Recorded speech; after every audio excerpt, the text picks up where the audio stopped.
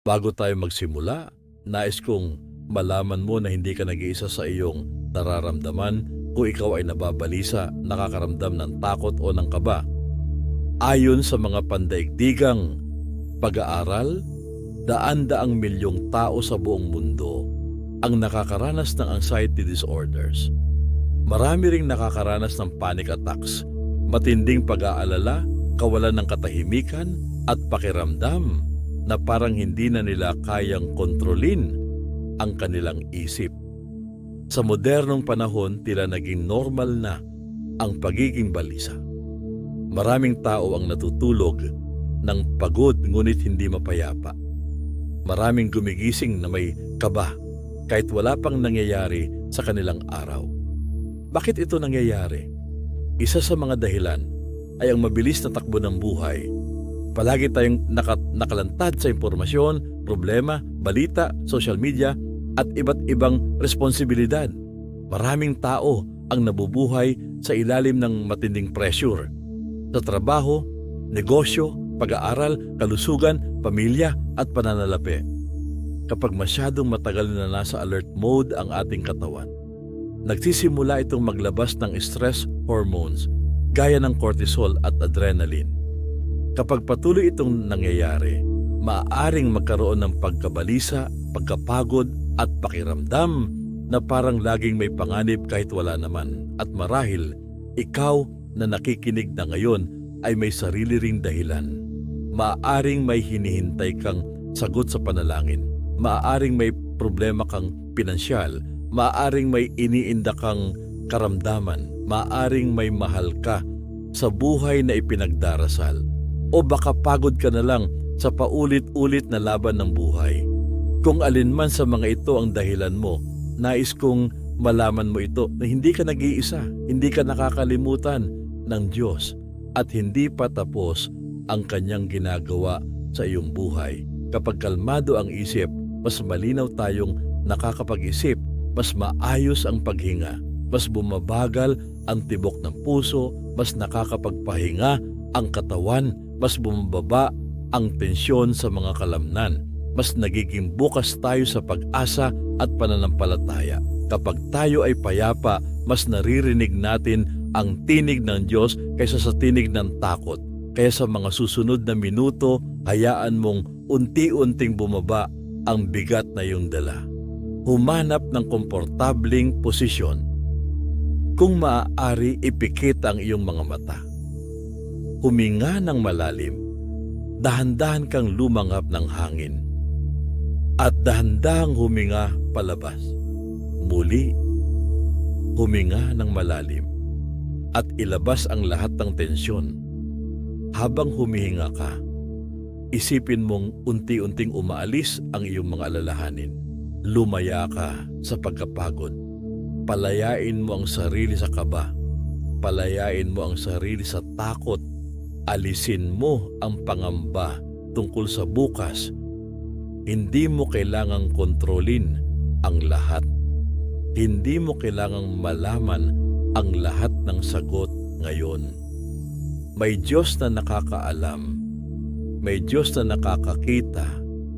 May Diyos na kumikilos kahit hindi mo nakikita. Habang humihinga ka ng malalim, sabihin mo sa iyong sarili, ligtas ako sa presensya ng Diyos. Hindi ako nag-iisa. Hindi ako pinabayaan. Hindi ako nakalimutan. Ang Diyos ay kasama ko ngayon. Huminga muli ng malalim at hayaan mong maramdaman ng iyong katawan ang katahimikan. Sinasabi sa Filipos 4:6-7. Huwag kayong mabalisat tungkol sa anumang bagay. Sa halip, hingin ninyo sa Diyos ang lahat ng inyong kailangan sa pamamagitan ng panalangin may pasasalamat. At ang kapayapaan ng Diyos na hindi kayang maunawaan ng tao ang siyang mag-iingat sa inyong puso at pag-iisip dahil sa inyong pakikipag-isa kay Kristo Jesus. Napakalinaw ng paanyaya ng Diyos. Hindi niya sinabi na huwag tayong lumapit kapag tayo ay nabalisa.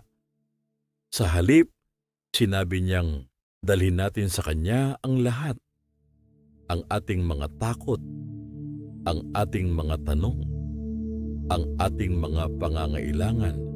At kapag ginawa natin iyon, ipinapangako niya ang isang kapayapaang hindi kayang ipaliwanag ng mundo. Sinasabi naman sa mga awit 46, 10, ihinto ang labanan. Ako ang Diyos. Dapat ninyong malaman, kataas-taasan sa lahat ng bansa. Sa buong sanlibutan ay pinakadakila. Minsan ang pinakamakapangyarihang espiritual na gawain ay hindi ang pagtakbo, kundi ang pagtigil, ang paghinga, ang paghihintay, at ang pagtitiwala. Sinasabi sa Mateo 6:34, kaya nga huwag ninyong alalahanin ang bukas, sapagkat ang bukas ang mag-aalala sa sarili niya. Tapat na ang inyong mga suliranin sa bawat araw. Bakit? Sapagkat hawak ng Diyos ang bukas. Bago pa dumating ang iyong problema, bukas naroon na ang Diyos. Bago pa dumating ang iyong pangangailangan, alam na niya ito. Bago pa dumating ang iyong sagot, inihahanda na niya ito. Sinasabi rin sa Isaias 26:3, binibigyan mo ng lubos na kapayapaan ang mga may matatag na paninindigan at sa iyo'y nagtitiwala. Napakagandang pangako. Kapayapaan. Hindi lamang minsan, kundi lubos na kapayapaan. Ngayon ay sabayan mo akong ideklara ang mga katotohanang ito. Pinangako ni Jesus sa Juan 14:27, kapayapaan ang iniiwan ko sa inyo, ang aking kapayapaan ang ibinibigay ko sa inyo. Hindi ito katulad ng kapayapaang ibinibigay ng mundo. Huwag mabagabag ang inyong kalooban at huwag kayong matakot. Kalma lang. Maging payapa ka. Nasasaad sa unang Pedro 5:7, ipagkatiwala ninyo sa Kanya ang inyong mga alalahanin sa buhay, sapagkat Siya ay nagmamalasakit sa inyo. Kalma lang, nagmamalasakit ang Ama sa langit. Sinabi ni Jesus sa Mateo 11:28, lumapit kayo sa akin, kayong lahat na nahihirapan at lubhang nabibigatan sa inyong pasanin, kayo'y bibigyan ko ng kapahingahan. Kalma lang. Magpahinga ka sa presensya ng Ama. Nasasaad sa mga awit 4:8, sa aking paghiga nakakatulog ng mahimbing. Pagkat ikaw, Yahweh, ang nag-iingat sa akin. Kalma lang. Ako ay ligtas. Sinasabi sa mga Kawikaan 3:5-6, kay Yahweh ka magtiwala buong puso at lubusan, at huwag kang mananangan sa sariling karunungan. Sa lahat ng iyong gawain, siya nga'y alalahanin upang ikay patnubayan sa iyong mga tatahakin. Kalma lang, ang tiwala ko ay sa Ama sa langit. Nasasaad sa unang Juan 5:14-15, may lakas loob tayong lumapit sa Kanya dahil alam nating ibibigay niya ang anumang hingin natin kung ito'y naayon sa Kanyang kalooban. At dahil alam nating pinapakinggan na nga niya tayo, alam din nating ibinibigay niya ang bawat hinihiling natin sa Kanya. Kalma lang, may sagot na ang aking dasal. Sinasabi sa Isaias 40:31, ngunit muling lumalakas at sumisigla ang nagtitiwala kay Yahweh, lilipad silang tulad ng mga agila. Sila'y tatakbo, ngunit hindi mapapagod. Sila'y lalakad, ngunit hindi manghihina. Kalma lang. Hindi masasayang ang aking paghihintay. Hindi masasayang ang aking pagtitiwala. Sinasabi sa Jeremias 29:11, sapagkat batid kong lubos ang mga plano ko para sa inyo, mga planong hindi ninyo ikakasama, kundi para sa inyong ikabubuti. Ito'y mga planong magdudulot sa inyo ng kinabukasang punong-puno ng pag-asa. Kalma lang. May magandang plano ang Diyos para sa aking buhay. Nasasaad sa Deuteronomio 31:8. Si Yahweh ang mangunguna sa iyo. Sasamahan ka niya. Hindi ka niya bibiguin o pababayaan man. Kaya't huwag kang matakot ni panghinaan ng loob. Kalma lang. Hindi ako pababayaan ng Ama sa langit. Nasasaad sa Filipos 1:6. Natitiyak kong ang mabuting gawang pinasimulan sa inyo ng Diyos ay Kanyang lulubusin hanggang sa araw ni Hesukristo. Kalma lang, ang aking kinabukasan ay nasa kamay ng Diyos. Nasasaad sa mga awit 121:7-8. Si Yahweh ang siyang sa iyo'y mag-iingat. Sa mga panganib, ika'y ililigtas. Si Yahweh ang siyang sa iyo'y mag-iingat. Saan man naroon ika'y iingatan. Di ka maaano kahit na kailan. Kalma lang. Ang aking pamilya ay nasa ilalim ng Kanyang pag-iingat. Inasabi sa Filipos 4:19, at buhat sa hindi mauubos na kayamanan ng Diyos, ibibigay niya ang lahat ng inyong kailangan sa pamamagitan ni Kristo Jesus. Kalma lang. May provision ang Diyos para sa aking pangangailangan. Sinasabi sa Jeremias 32:27, ako si Yahweh, ang Diyos ng lahat ng tao. Walang bagay na mahirap para sa akin. Kalma lang. May pag-asa para sa aking sitwasyon.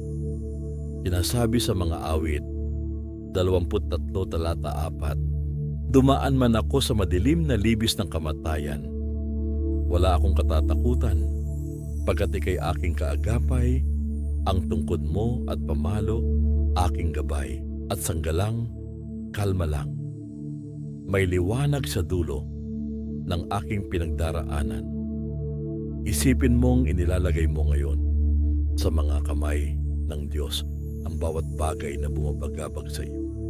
Ang mga bayarin, ang mga utang, ang mga alalahanin, ang mga pangarap, ang mga panalangin, ang mga luha, ang mga tanong na wala pang sagot. Isa-isa mo itong ibigay sa Panginoon. At habang ginagawa mo iyon, isipin mong pinapalitan niya ang iyong bigat ng Kanyang kapayapaan. Pinapalitan niya ang iyong takot ng pananampalataya. Pinapalitan niya ang iyong pangamba ng pag-asa.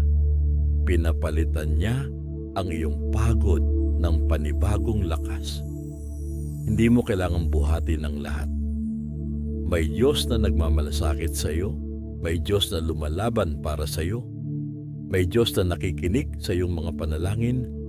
Ako ay payapa. Ako ay ligtas. Ako ay iniingatan ng Diyos.